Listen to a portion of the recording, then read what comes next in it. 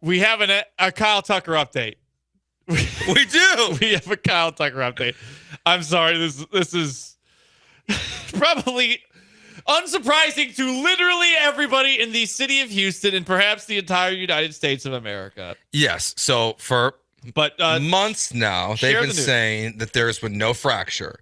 But Chandler Rome just wrote a story for The Athletic saying 3 people briefed on the matter told The Athletic that Tucker did sustain a fracture of his shin. Asked twice on Saturday whether Tucker's shin had a fracture or not. Astros general manager Dana Brown said it did not. On Monday morning, Dana Brown told Chandler and told The Athletic, after several rounds of medical imaging, we suspect there was some type of small fracture. So they're finally coming around on telling the truth on this one. Why didn't they just do it from the start? I don't know. We all knew it. I mean, Chandler even had a piece in The Athletic where he talked to a bunch of doctors who all said, yeah, he probably has some sort of a microfracture.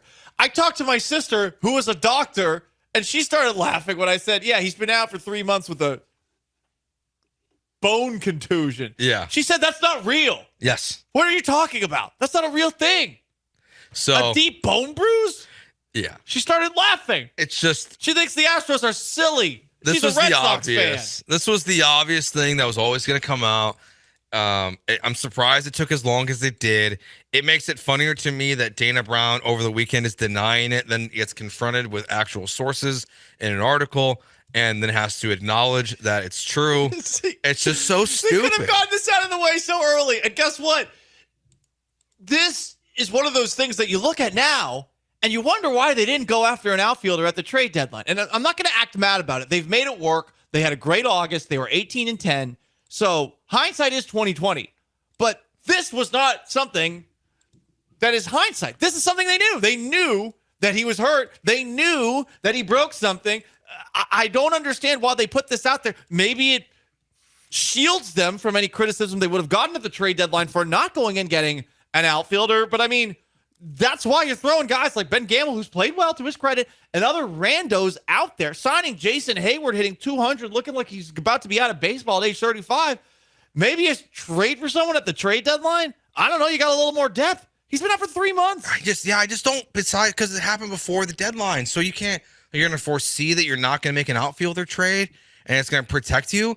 I don't understand the song and dance. Yeah, I just don't get it. We're all on the same page. Like, why you feel the need to lie and lie and lie and lie. But they did the same thing with Justin Verlander. So this isn't a Dana Brown issue.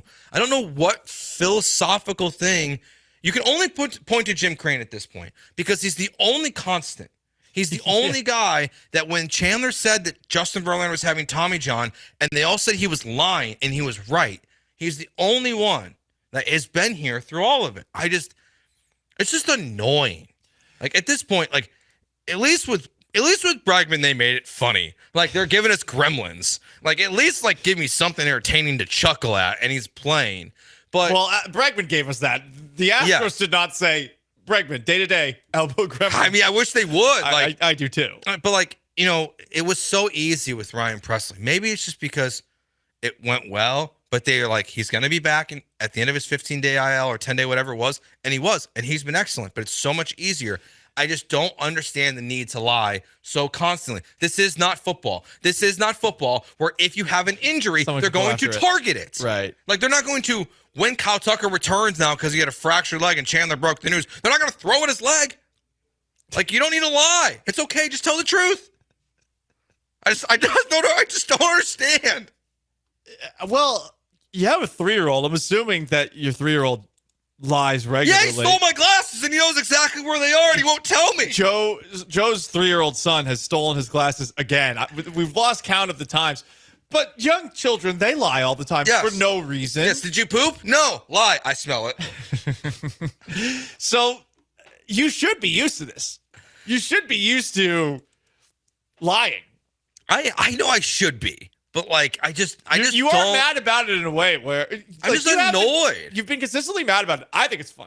Well, it's because it goes back to when I was at 790. Like, it's just to be honest. I mean, when Dusty Baker came on right after he got hired, and there was injuries to Jordan and Justin Verlander, he spilled the tea He told the truth. And then the next week he came on for his interview. They asked him a health question, and he literally said, they're not telling me anything anymore because I said too much last week because Papa was too chatty with us. So I just don't get the need to lie. Like, it's like they're just trying to tell all the Astros fans and all the media that we're stupid. The only plausible defense I can think of is what I said a little bit ago, is that this gave them a little bit of plausible deniability, a shield, if you will, from criticism for not going after another positional player. And I would imagine that with the payroll the way that it is for the Astros, that they did not want to go out and acquire somebody that they'd have to pay a good deal of money, add on to the payroll, and get into the next tier of the luxury tax threshold. I that's all I can think of. Because, yeah, if it was a fractured bone, we would have been saying from the get-go, you got to go get a guy. Chas McCormick's having a down year. We expect this to turn around. Jake Myers had some good moments, but you're expecting Jake Myers to do that all year long? Mauricio Dubon, you could play out there a little bit, but your outfield depth was lacking. You kind of knew that going into the year, and now here you are, and this is something that you could have potentially fixed.